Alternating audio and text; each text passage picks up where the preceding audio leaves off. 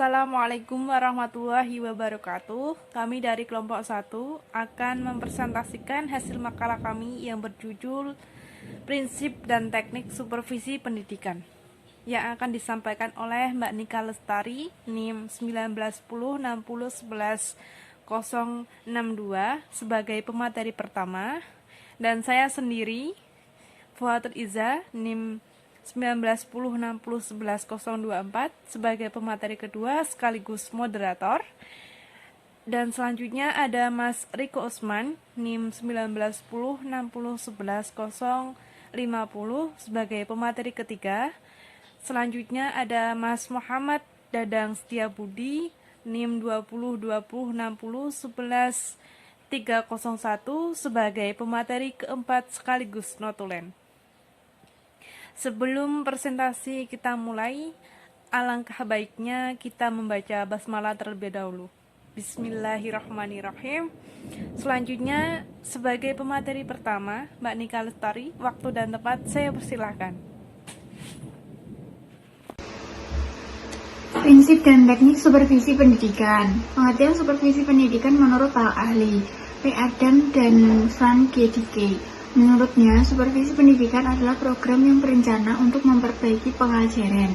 Menurut Harris Chester, supervisi pendidikan adalah usaha dari petugas-petugas sekolah dalam memimpin guru-guru dan petugas-petugas lainnya dalam memperbaiki pengajaran, termasuk menstimulir, menyeleksi, pertumbuhan jabatan, dan perkembangan guru-guru, dan merevisi tujuan-tujuan pendidikan, bahan-bahan pengajaran, dan evaluasi pengajaran. Dari berbagai pengertian supervisi pendidikan yang ditawarkan oleh para ahli di atas, dapat disimpulkan bahwa supervisi pendidikan adalah usaha meningkatkan kompetensi dan kemampuan profesional guru dalam upaya mewujudkan proses pembelajaran yang lebih baik melalui cara-cara mengajar yang lebih baik, yang akhirnya terdampak pada peningkatan hasil belajar peserta didik. Selanjutnya, tujuan supervisi pendidikan. Prof. A. Sahertian mengemukakan tujuan supervisi pendidikan adalah memberikan layanan dan bantuan untuk mengembangkan situasi belajar mengajar yang dilakukan guru di kelas. Dengan demikian jelas bahwa tujuan supervisi pendidikan adalah untuk memberikan layanan dan bantuan untuk meningkatkan kualitas mengajar guru di kelas yang pada gilirannya untuk meningkatkan kualitas belajar siswa.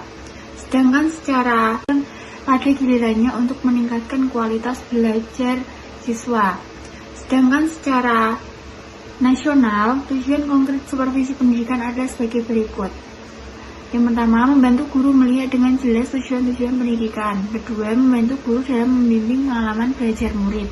Tiga, membantu guru dalam menggunakan alat pelajaran modern, metode-metode dan sumber-sumber pengalaman belajar. Yang keempat, membantu guru dalam menilai kemajuan murid-murid dan hasil pekerjaan guru itu sendiri. Selanjutnya saya akan menerangkan tentang prinsip supervisi pendidikan. Prinsip supervisi pendidikan dibagi menjadi 4 macam. Yang pertama, prinsip ilmiah. Yang kedua, ada prinsip demokratis. Yang ketiga, ada prinsip kerjasama. Yang keempat, ada prinsip konstruktif dan kreatif. Prinsip ilmiah adalah suatu kegiatan supervisi yang dilaksanakan berdasarkan data objek yang diperoleh dalam kegiatan pelaksanaan proses belajar mengajar. Untuk memperoleh data perlu diterapkan alat perekam seperti angket, observasi, percakapan pribadi, dan sebagainya.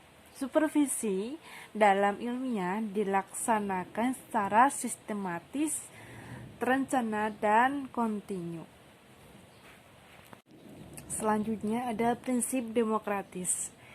Servis dan bantuan yang diberikan kepada guru berdasarkan hubungan kemanusiaan sehingga guru-guru merasa aman untuk mengembangkan tugasnya. Demokratis di sini mengandung arti menjunjung tinggi harga diri dan martabat guru bukan berdasarkan atasan dan bawahan, melainkan berdasarkan kesejawantahan. Adapun prinsip yang ketiga, prinsip kerjasama. yang mengembangkan usaha bersama, memberi support, memberi dorongan, menstimulasi guru sehingga mereka merasa tumbuh bersama, bukan sendiri. Adapun prinsip yang keempat, prinsip kontinus dan kreatif. Dengan prinsip ini, setiap guru akan termotivasi dalam mengembangkan potensi kreativitas dalam supervisi, mampu menciptakan suasana kerja yang menyenangkan sehingga membuat anak tertarik kepada seorang guru tersebut. Mungkin kepada pemateri ketiga, waktu dan tempat saya persilahkan. Individual atau perorangan adalah teknik yang dilaksanakan oleh seorang guru, yaitu oleh dirinya sendiri. Yang kedua, teknik kelompok. Apa itu teknik kelompok? Teknik kelompok adalah salah satu daripada pertemuan yang bertujuan khusus bertujuan khusus mengantar guru untuk memasuki suasana kerja yang baru. Ya, dilanjutkan pemateri selanjutnya. Saya di sini akan menjelaskan tentang fungsi supervisi pendidikan. Piet Sahertian mengutip pendapatnya Francis Jen. Menurutnya fungsi utama supervisi pendidikan adalah membina program pengajaran yang ada sebaik-baiknya sehingga selalu ada usaha perbaikan. Menurut Engkoswara dan Aan Komariah, fungsi supervisi pendidikan sebagai berikut. 1. Fungsi penelitian, yaitu research. Yang dimaksud research yaitu meneliti dengan valid sehingga mengetahui bentuk permasalahannya. Yang kedua, fungsi penilaian atau evaluation, yaitu hasil kesimpulan penelitian dijadikan evaluasi dari kelemahan dan kekuatan. Yang ketiga, fungsi perbaikan atau improvement, yaitu segera melakukan langkah dan strategi perbaikan.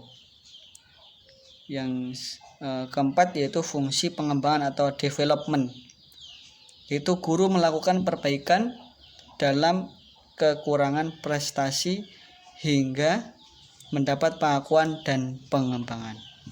Dari 4 fungsi yang dikemukakan oleh Engkoswara dan Aan Komariah di atas mengindikasikan bahwa supervisi harus selalu mengikuti perubahan yang ada dalam masyarakat.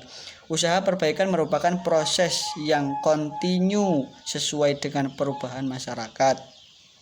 Masyarakat selalu mengalami perubahan. Perubahan masyarakat membawa pula konsekuensi dalam bidang pendidikan dan pengajaran.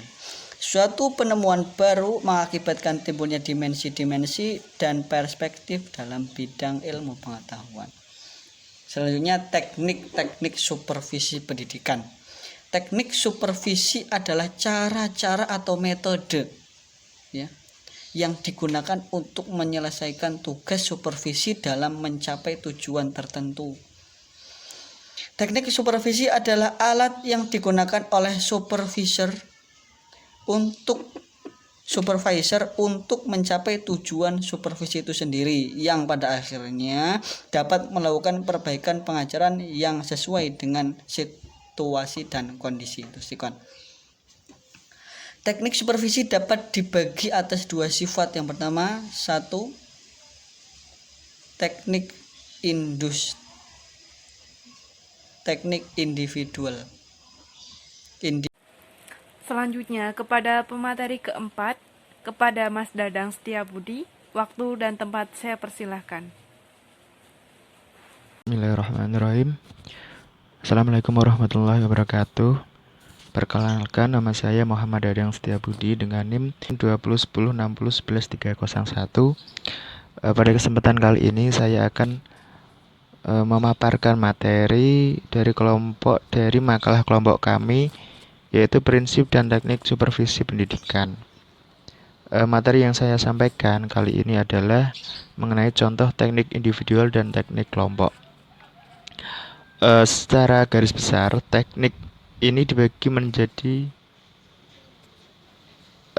dua ya. Yang pertama tadi teknik individual, yang kedua teknik kelompok. Yang pertama teknik individual ini ada beberapa poin. Yang pertama teknik kunjungan kelas. Teknik ini dilakukan oleh pengawas atau kepala sekolah kepada sebuah kelas, baik ketika sedang berlangsung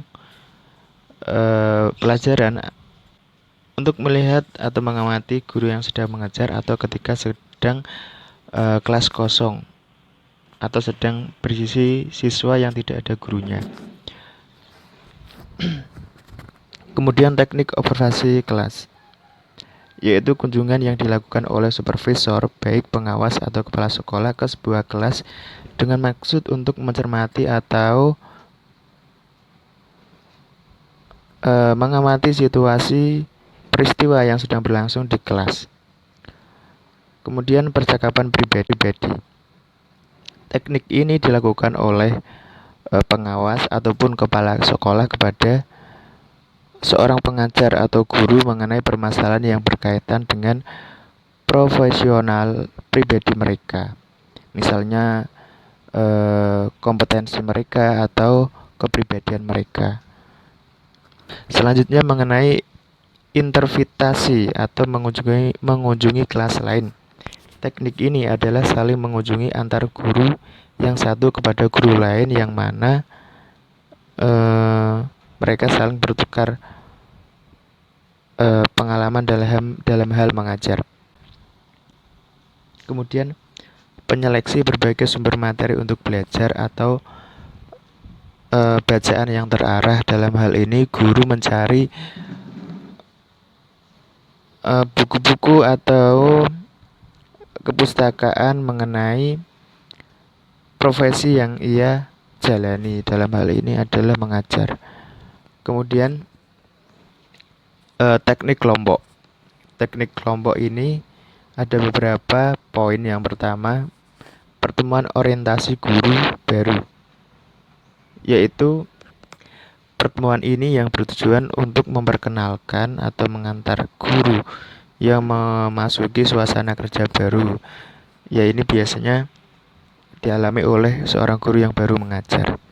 Kemudian panitia penyelenggara, yaitu kegiatan bersama yang biasanya perlu diorganisasikan. Kemudian rapat guru. Rapat guru berbeda dengan pertemuan formal karena pada saat ini semua guru yang ada pada sekolah tersebut hadir. Dalam rapat ini biasanya dibicarakan masalah mengajar atau pembelajaran atau kegiatan belajar mengajar. Kemudian kepala sekolah beserta wakilnya sebagai supervisor. Yang selanjutnya, tukar menukar pengalaman.